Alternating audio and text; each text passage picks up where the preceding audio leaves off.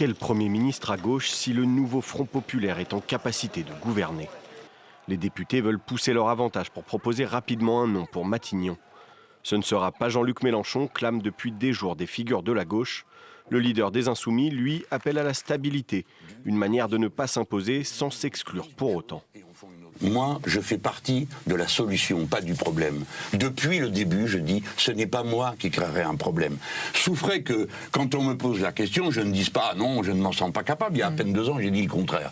Donc, je tiens cette position, mais j'ai dit, nous en discuterons. Nous avons plusieurs candidatures à proposer, nous, les Insoumis.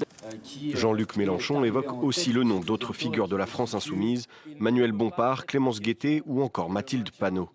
Certaines figures de l'Alliance, comme le premier secrétaire du PS, Olivier Faure, plaident pour une décision par consensus ou par vote, pour éviter d'envoyer une personnalité trop clivante à Matignon.